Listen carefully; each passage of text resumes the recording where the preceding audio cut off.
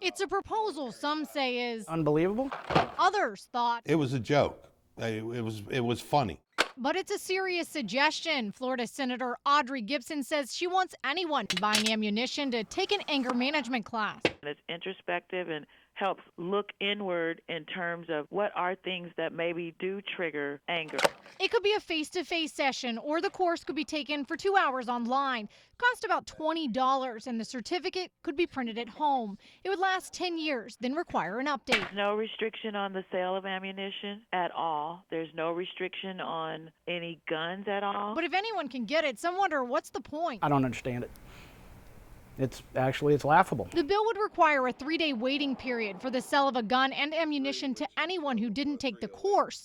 Without the certificate, stores couldn't sell ammunition to buyers. If they did, they'd face second-degree misdemeanor charges. Again, it imposes on our constitutional rights to bear arms and ammunition for those arms. It's very annoying. I mean, it's not something I would want to do, but you got to do what you got to do sometimes, you know. But personally, I think it's stupid, you know, just to buy bullets. The senator says she's heard the opposition but stands behind the bill and plans to move forward.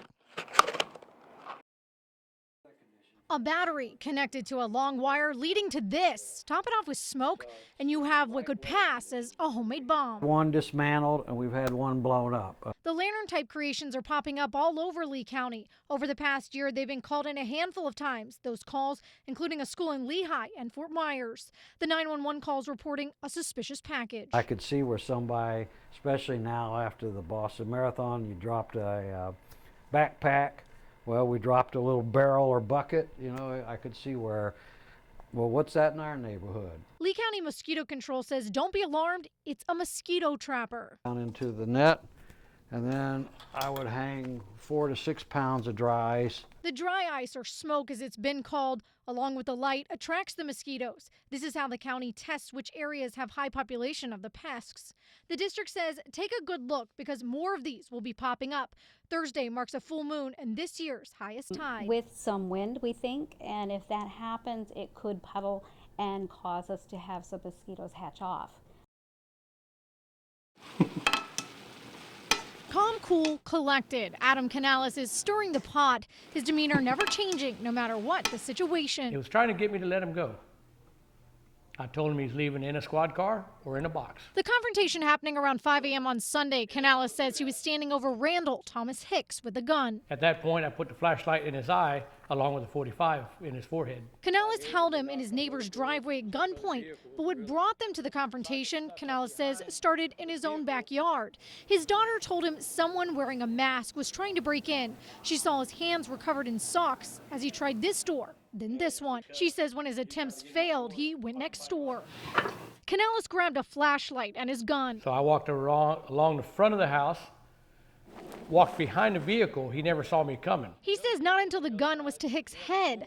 Canales and his daughter's boyfriend held him until deputies arrived. And we stripped off the mask that he was wearing, the gloves. According to reports, the suspect, Randall Hicks, was arrested in this driveway, and deputies say he was carrying a backpack, and inside they located numerous things, including aprons, phone chargers, digital cameras, and even a knife. They're all items that neighbors say belong to them. Hicks is a neighbor. Deputies say the accused thief lives just a few doors down. We knocked, but no answer. Neighbors wouldn't go on camera, but say they thank Canales for his bravery.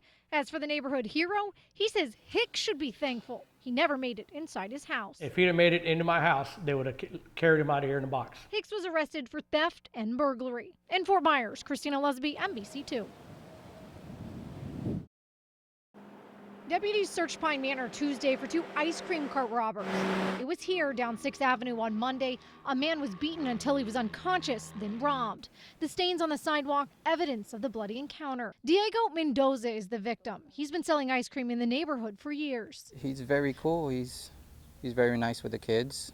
I'm always buying ice cream with him. Tonight, Mendoza's cart sits in storage while he sits on his couch recovering.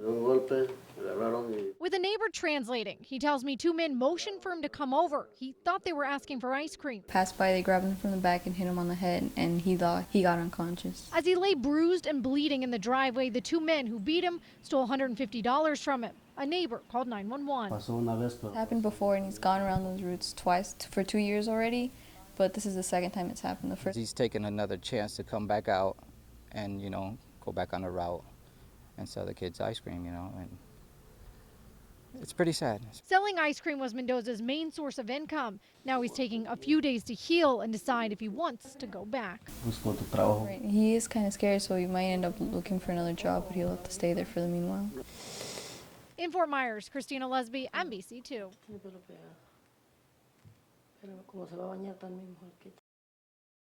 She made up a website called IHateBritney.nexo.com. Then the sites became more violent. Videos of her burning Barbie dolls and chopping off their heads and putting them in blenders. 22 different ways to kill Britney. Mom, April Thompson, shocked and scared for her daughter's life. The threatening emails, videos, and websites all handed over to the administration, the Lee County School District, and police. Schools, the district, could do nothing to stop it. Nothing ever happened to this girl. The girls both attended Ida Baker in the Cape. Tracy's daughter, not the only one that became a target at the school. Her daughter says bullies teased her friends Sierra Hicksonball and Leslie Roman. This is a picture of Sierra Hicksonball from last September. She and Roman both committed suicide last year. It starts with one, and then everybody kind of jumps on the bandwagon. My daughter stood up for Sierra after her passing to other students who still, even after she had passed, were still bullying her. If it was something that occurred off campus, our hands were tied. It's why the district couldn't step in to help Sierra, Leslie, or Tracy's daughter. But a glimpse of hope for those who have been bullied. A new bill that gives districts the ability to stop cyberbullying in its tracks. Now, if it occurs off campus, we are able to address it. It was passed unanimously by the House and Senate. It would, quote, broaden the ability of public schools to discipline cyberbullies. It's currently awaiting Governor Rick Scott's signature. It's going to change our student code of conduct, and how they are disciplined when these situations occur. I'm glad to hear that the bill has been passed, but I still am unsure about my faith in the administration at the schools in being able to interpret and enforce. I feel they need a lot more training. In Lee County, Christina Lusby, NBC2. Imagine it's an average night at work inside your own store, then this. There's no sound, but the moment's so chilling, it's as if you can hear their screams and feel the terror. The clerk, her children, and 2 customers scattering after seeing the gun. This morning, just 2 days after the robbery, it was back to business for El Capital Market in Fort Myers. Those in the video weren't there, and today's clerk didn't want to show her face. Her English wasn't great, and my Spanish wasn't much better, but she described Friday night. Her words translating to this. The children were frightened. He said he wouldn't kill them. He just wanted the money. So he said, don't move. The children are very traumatized and shocked. Fast forward 6 hours later, it's now 2 a.m. Saturday morning. The 7-Eleven on McGregor and Pine Ridge Road is also held up. The clerk there coming face to face with a gunman. Reports show a black man wearing a cloth over his face put a gun to the employee's head demanding money. When he got it, he took the clerk in the back room, searched his pockets, while another man stood guard. Then they both took off. Surveillance caught it, but the 2 men are still on the run. The suspect in this video at El Capital Market got away with just over $150 in cash. Deputies found articles of clothing in the nearby parking lot, but the man hasn't been caught. In Fort Myers, Christina Lusby, NBC2. I want to hurt myself, or I might as well just be dead. The words, cries for help on campuses across Lee County. Sometimes students' pleas coming in the form of writing, others a violent outburst. And when that outburst de-escalates, you frequently have a very emotional student. An extreme situation happening last Thursday. Deputies met an Estero High School student at the hospital. They say the victim was stabbed. He said, yes, I wanted to kill myself. It was an attempted suicide. This just one of 260 incidents deputies handled this school year. 2 or 3 Baker Acts per week, anywhere from the elementary level all the way through the high school level. The outburst will land a person at the Lee County Mental Health Facility for at least 72 hours. A law enforcement agent or a school resource officer can Baker Act a student without the parents agreeing to it. Students' erratic behavior escalating for a number of reasons. Experts say social media, bullying, lack of real relationships are factors.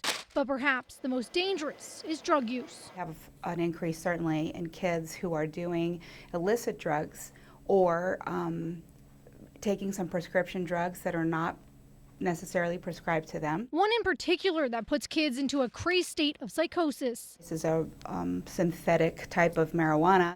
Takes days and days and days to clear, so it's quite scary. Scary for parents, the number of students struggling. Lee Mental Health has already helped 960 people under the age of 17 this year alone. That's more than they helped all of last year.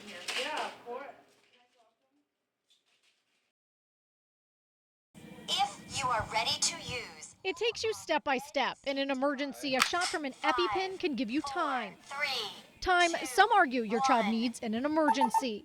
1 in 13 children are fighting food allergies, an adverse reaction that claims 200 lives each year. People that have serious allergic reactions that are potentially life-threatening. Now schools could have the power in an emergency to give your child an Epi shot, prescription or not.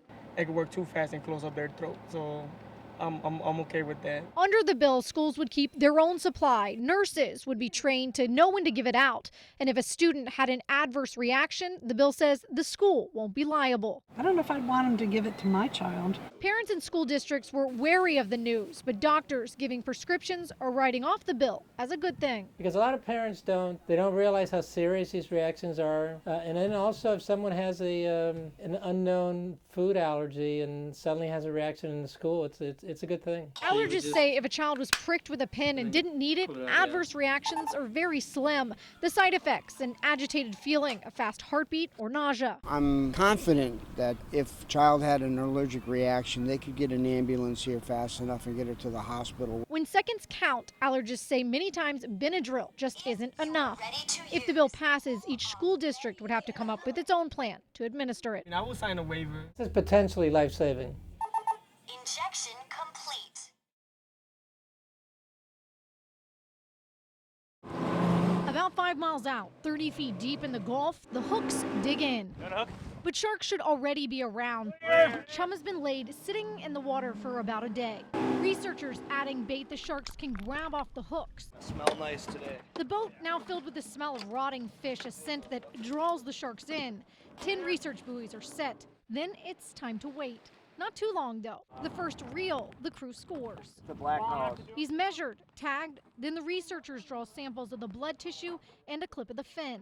The crew already has nearly 80 sharks tagged out in the waters. Red 5-0. And while the tagging looks violent, the researchers are as gentle as possible. We certainly don't want to tag a shark and harm it at the same time, so we're very careful about getting the sharks in and off the boat quickly. All of the samples are a reading of the shark's day-to-day life. The blood shows what the shark has eaten recently. The tissue reveals its monthly diet, and the tip is most important. It shows what the shark has eaten over time. The process is research. It's looking for a poison seeping into the water. We've got a significant mercury problem in Florida and in the Gulf region itself. The crew catches another, this time a black tip. Researchers say the mercury is causing changes in the shark's behavior, leaving the apex predator vulnerable. The poison not just affecting the sharks, but us too.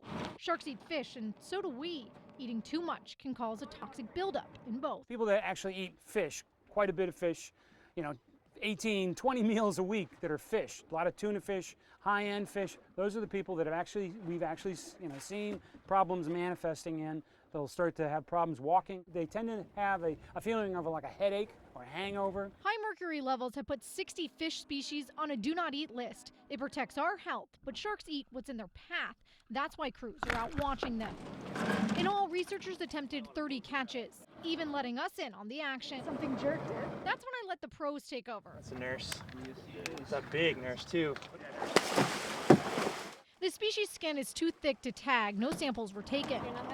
The process continues. Researcher Darren Rumbold will share the results at an international conference in a few months. Most of that mercury is coming ultimately from atmospheric deposition, from cold fire boilers, electric generating plants. We also get it from incinerators. On the Gulf of Mexico, Christina Lusby, NBC2.